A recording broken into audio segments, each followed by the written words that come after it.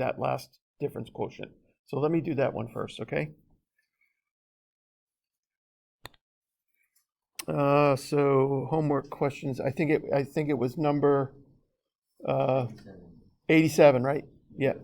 So this is 2.1, number 87. There's only 3 things we do when we're doing difference quotients right now, anyway. We factor, we use a conjugate, and the one I didn't do, we use an LCD. Okay. So, and again, if you get this semester, Calc 1 is going to start so easy. Okay. So we really want to make sure that we can do these. So our first quiz, I'm thinking about 1 or 2 or 3 of the types of difference quotients, right? So I assigned one with a polynomial, one with a fraction. That one was the tough. No, I did one in class with the polynomial, in the class with the conjugate, and this one I signed and I didn't do one in class. So it's again my fault. This is number 87 here. I've got f of x equals 2x over x plus 3. And of course we want to look at that. I'm going to look at it on Desmos right now, just because it's a lot cleaner. So f of x, and I like to use that f of x notation most of the time. So, but I've got 2x divided by x plus 3. And in this one we can definitely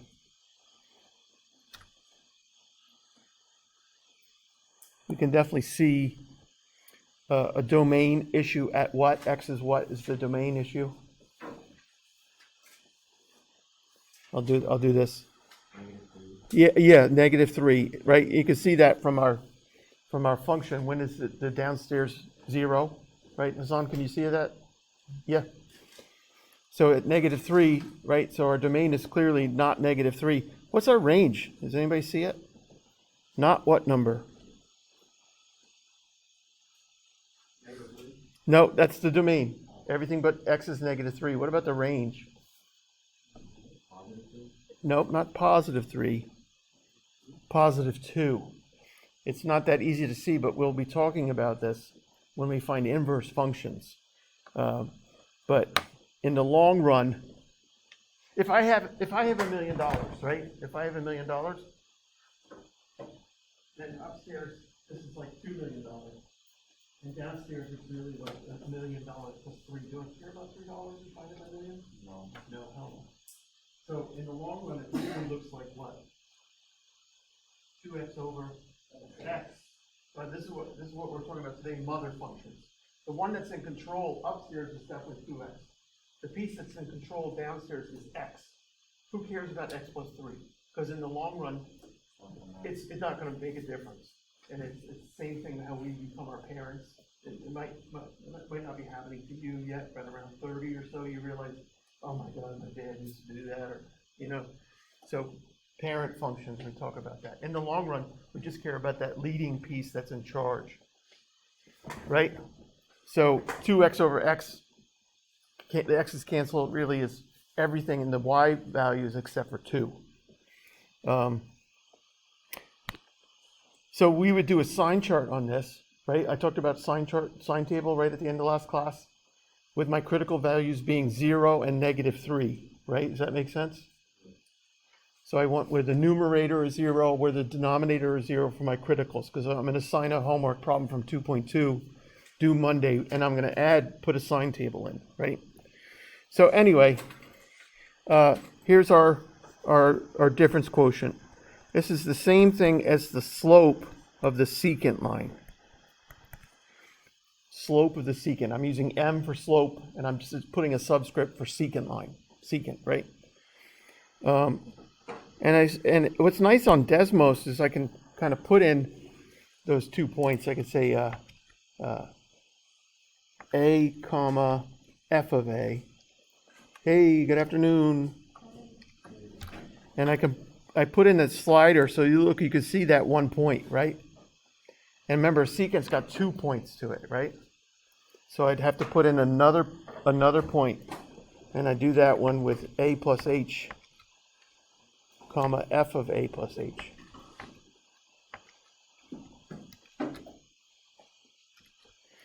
And I add another slider h. So there are my 2 points. So it's kind of nice. Now, to connect them, we're going to talk about that today. But you can see my secant there. And I certainly can calculate my slope. What would my slope be between those 2 points? Let me do it this way. Hey, thank you. Homework. Appreciate it.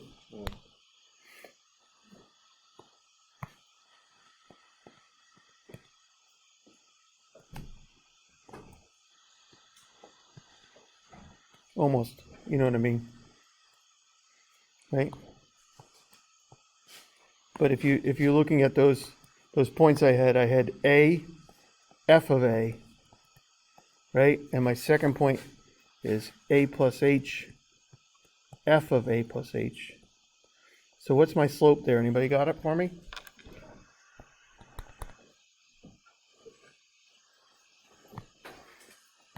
It's f of a plus h minus f of a all over h. Right? We talked about this last time, right? Rise over run, right? y2 minus y1 over x2 minus x1, right? So I can calculate that slope on Desmos. And again, I'm hoping we're moving to a different room next week, and I'll let you know Wednesday. So we're going to be able to use Desmos instead of this dinosaur calculator. So f of a plus h minus f of a all over h. So there's calculating my slope. What's the equation of a line? I know I'm supposed to be doing the homework problem, but what's the equation of a line? Does anybody know one of them at least? Y equals mx plus b, or y minus y sub 1 equals m times x minus x sub 1. That's the one we're going to use most often. So it says I need x1, y1 is a point, m is the slope. So I already have a point, a, f of a, right? You with me? Tell me no if you're not. You're okay? So I'm going to put the secant line in now. Y minus f of a equals m times x minus a. Uh-oh. Y minus. There it is. There's my secant line. Right? So if I change the f value, if I change that a value, again, I'm seeing that line through 2 points. Yes? All right, back to the homework problem. What do we have to figure out? We have to figure out that secant slope, right? So 2x over x plus 3. Thank you. Thank you. So what are we supposed to do?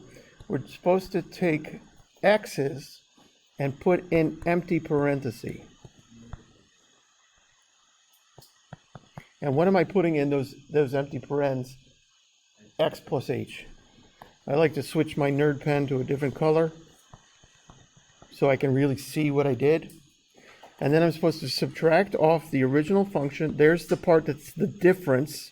Remember, it's called a difference quotient. The divide makes it the quotient, and I'm dividing by what? Nice. At this point, I try to clean up as much of the parentheses as I can, okay? So I like to go 2x plus 2h over x plus h plus 3 minus 2x over x plus 3 divided by h. So I'm just trying to clean up as many parentheses I can within the fractions within fractions, okay? And then I'm worried about multi-term numerators and denominators, so I'm wrapping those in parentheses. And I want to find a common denominator or a least common denominator of the interior denominators, meaning h is a denominator, correct? But it's really h over 1, so I'm really only considering the denominator of that. So I only want the interior denominators. So So it's going to be x plus 3 and x plus h plus 3 over itself. I can only multiply by 1 in math to keep equality, right? I can multiply both sides of an equation by the same thing, or add something to both sides of the equation to keep the equality. But when I have no equal sign, I can only multiply by 1. Right? I'm just working on this one expression. So find the LCD, or better yet, a common denominator is fine. I don't care if it's the least common denominator. The easiest way to do that is find all the interior denominators and put them together as a product. Then use that over itself to multiply by 1. How we doing? We okay? Would have been nice if I had done this example Wednesday in class so you're not cursing me out too much, but it's fine. It happens. I forget sometimes. No big deal. All I care about is that you're ready for the exam, okay? If you bomb a quiz, not so big if you do well on the exam. Yeah. So on the exam, is like, are we writing, like, doing it on paper or are we doing it online? On paper. I'm anti. I want you to be able to write. I want you, if you're going to become a computer scientist, I want your code perfect. I want, if you're a bio and you're writing up a report, I want it perfect. So I'm trying to get you all, especially in those fields, engineering as well, to be able to say as much as you can to me with the least amount of writing, and it to be precise and perfect, right? That's what we want. That's part of what we're doing to you, how we're training you for your future pieces in math. You're never going to do a difference quotient on the job, ever. But we're trying to get you to think about what's happening. And remember, I told you I'm going to torture you so that you can do calculus, okay? I'm going to prepare you for calculus with even the most difficult teacher on any of the campuses. And that could be me, but I am going to make sure you're ready, okay? So I'm going to distribute into numerators. Distribute into numerators. The numerator goes to the numerators. This numerator, remember this is over 1, goes to the numerator, right? So, and I'm trying not to skip steps here. I get 2x plus 2h times another x plus 3 times an x plus h plus 3 all over x plus h plus 3. And I will tell you, it seems like such nonsense to have to keep writing things over and over, but we're trying to say a complete sentence every time we write a new line, right? So I don't want to work on part of it only. I want to show the whole thing. So I get now minus 2x times x plus 3 times x plus h plus 3. You will use a lot of paper. I don't care. Don't start writing sideways. I don't want to see that. I want you to go to another piece of paper or go to the back, right? And I always say, pass the class, kill a tree. And then after you get your career and you're making $100,000 a year, go plant a couple trees to make up for all the paper you're going to use in the next 3 or 4 semesters. Question? We okay? No? Good? All over, h times x plus 3 times x plus h plus 3. So I'm going to try and highlight this. This is the original problem, right? You see the original problem here? And then you see I've distributed into numerators that LCD. This is the fun part. You turn your pen to red, and then this cancels, right? And I rewrite, and I'm taking my time. I'm rewriting. I'm Polish, I'm not Russian, I'd like to say, but I'm not in a hurry here. I'm just trying to take baby steps every time I do something. So I get what? 2x plus 2h times an x plus 3. And I get minus 2x times x plus h plus 3. I'm just rewriting. I'm not thinking at all on this. Just simply rewriting. I'm sorry, nothing changes here, right? Yes.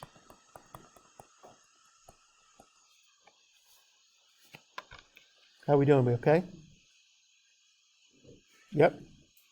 Good. Now, we're going to think of our favorite four-letter F word. No, not foil, but that's what we're going to do anyway. We're going to FOIL here, right? And distribute here. Yes, you with me? And again, I'm trying to go nice and slow take my time. I've got a 2x squared plus 6x plus 2hx plus 6h minus 2x squared minus 2hx minus 6x all over the same thing. In calculus, we'll have some problems that will take 4 or 5 pages. So, but we're okay with that. We just want to make sure we're keep staying organized, right? Okay, lots of things go out. What was the hint I said to you? Terms, right? The terms without a factor of h must go away. So the 2x squared goes away, right? The 6x goes away. Yes, you with me? It looks like the 2hx goes away too. I mean, so what? If it goes away, it goes away, but I got to make sure that the only terms that are left have 8 factors of h in them. And this one does. It has a 6h, right? So I get 6h over h times it. Yep. Say again? Anything without a factor of h has to go away. Any term without, because I need those h's to cancel, right? 2hx is positive and negative. Yep. And now my h finally cancels, and I've got my difference quotient. So my difference quotient, or the slope of the secant line, is 6 over x plus 3 times x plus h plus 3.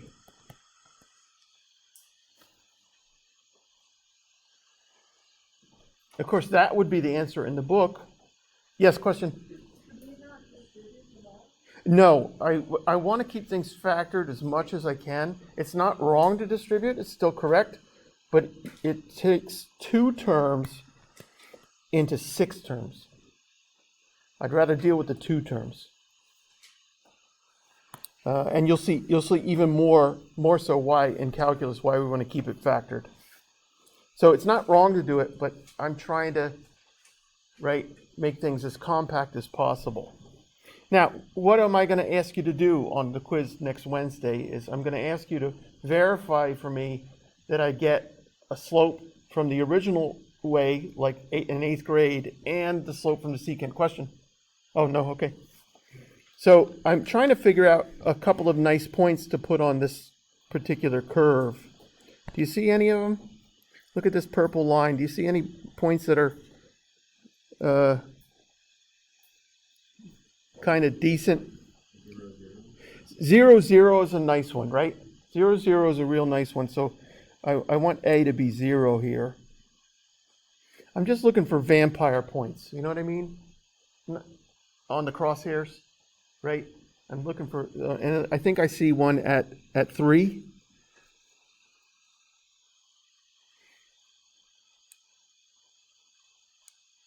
Yeah, you see that?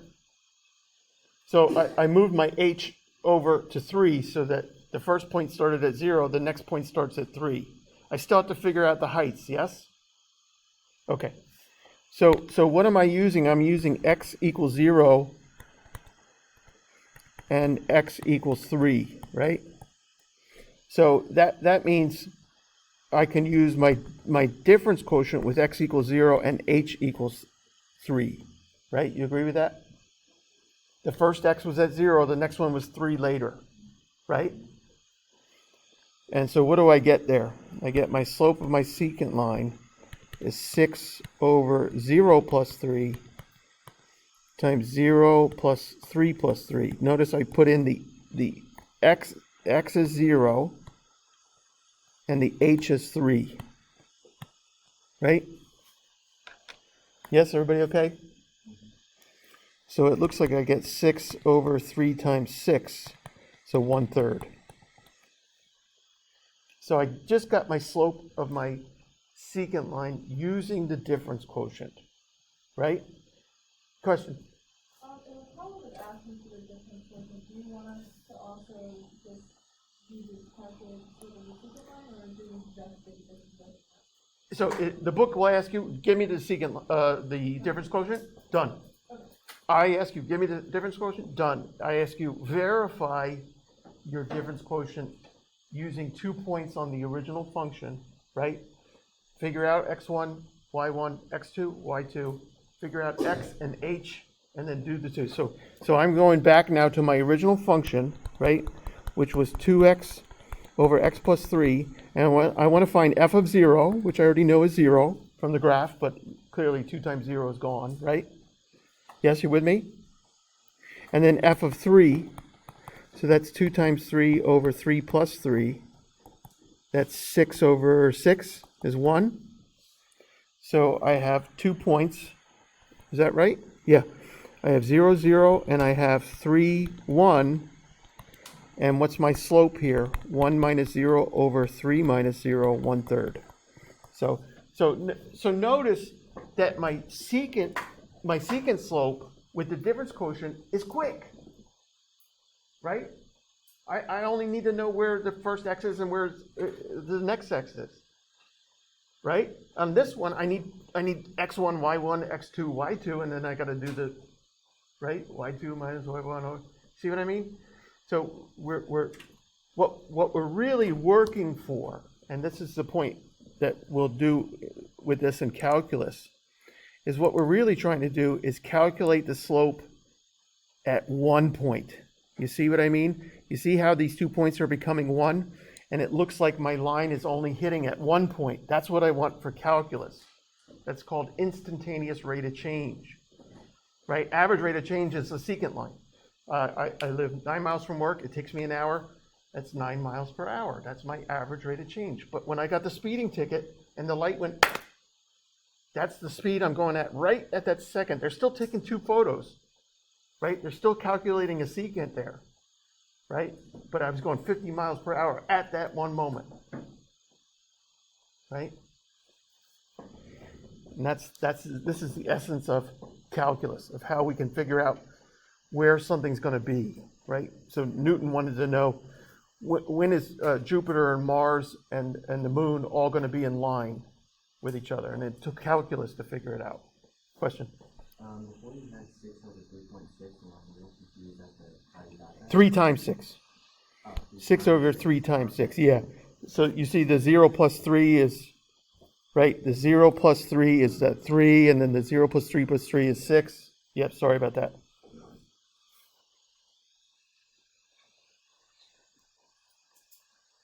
So that was the homework problem that was tough. Maybe you need to go back and do that again. You don't need to turn it into me again, okay?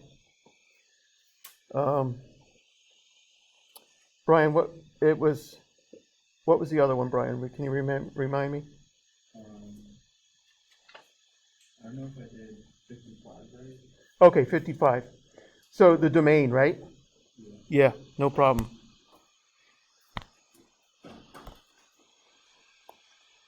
So this is 2.1. Did that help at all for that homework? I know you were probably cursing me out, throwing the book if you had bought it already on that one, and it's my mistake, and I'm human. So I should have done an example with a fraction. I did one with the conjugate, and I did one with the polynomial, right? So 2.1, it's a domain issue, right? 2.1, number 55, yes? So I've got f of x over x divided by x squared minus 16. So the whole idea here is we don't have a square root, so I only have one rule to deal with. Don't divide by 0, right? So I just have to set the downstairs equal to 0. And I get what, x plus 4. I'm going to try and factor now, x minus 4, right? So I get x equals plus or minus 4 are not in the domain. Is that okay, Brian? Yeah. So I can write domain is all of the reals minus the singletons plus or minus 4. That's one way of writing it. But we want to use interval notation. So we're going to say everything from minus infinity to negative 4, union for the stuff in between minus 4 and 4, union the stuff to the right of 4. So that's the domain notation we're going to be using most of the time. Excuse me.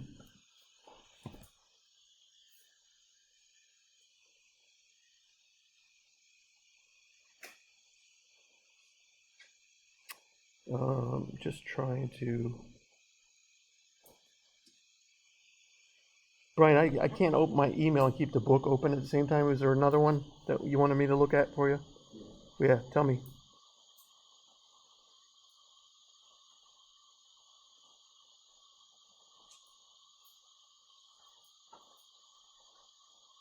It might have been in 70s, right?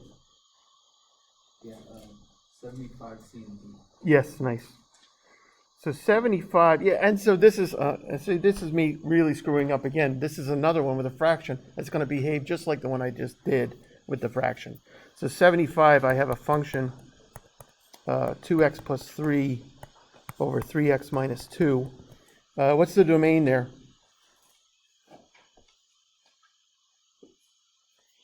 Everything but x equals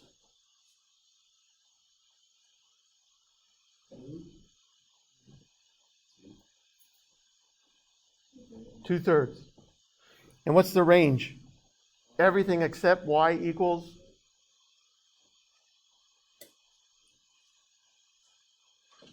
2/3. We're thinking of that mother function. In the long run, it's behaving like 2x over 3x.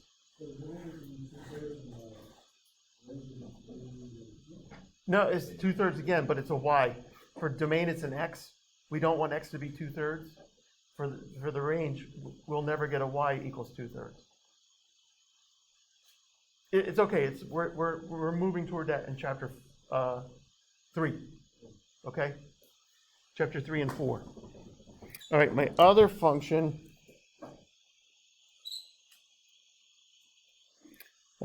is g of x is 4x over 3x minus 2. And what we want to do is we want to find, you said D and E? Brian, what you said? D and E? C and D. Okay, sorry, C and D. Nice, so it just says, hey, let's multiply these and let's divide them. So I don't think there's much to do here. So I'm going to call h of x f of x times g of x, right?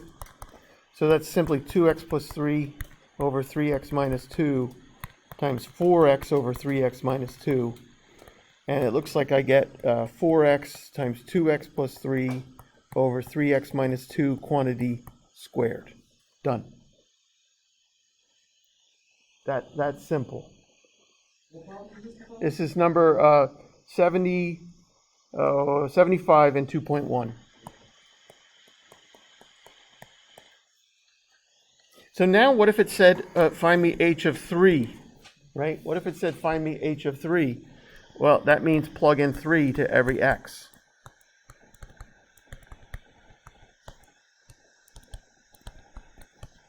Right? So it, like part C, D, E, F, G, they're saying, hey, plug numbers in now. Right? But of course, the real interest is what's the domain of F? No, it can't be 2/3. What's the domain of G? Can't be 2/3. Guess what the domain of H is? Can't be 2/3. It's the intersection. It's the matching parts of the domains of the pieces that you were using. Does that make sense?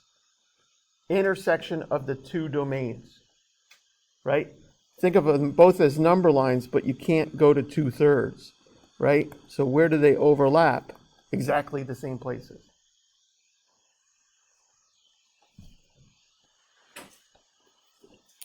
So there's another one.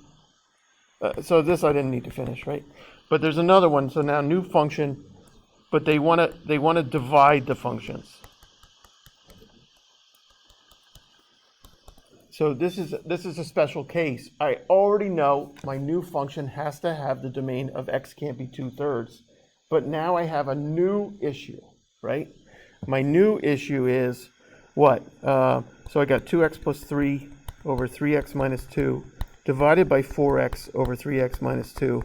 We're going to do a little dance move I like to call keep, change, flip. You ever hear that before? Sounds like kickball change. It's something you do in the Lindy Hop, but this is keep, change, flip, right? Keep the numerator, change from divide to multiply, flip the denominator. And obviously my 3x minus 2 still can't work, but now what else?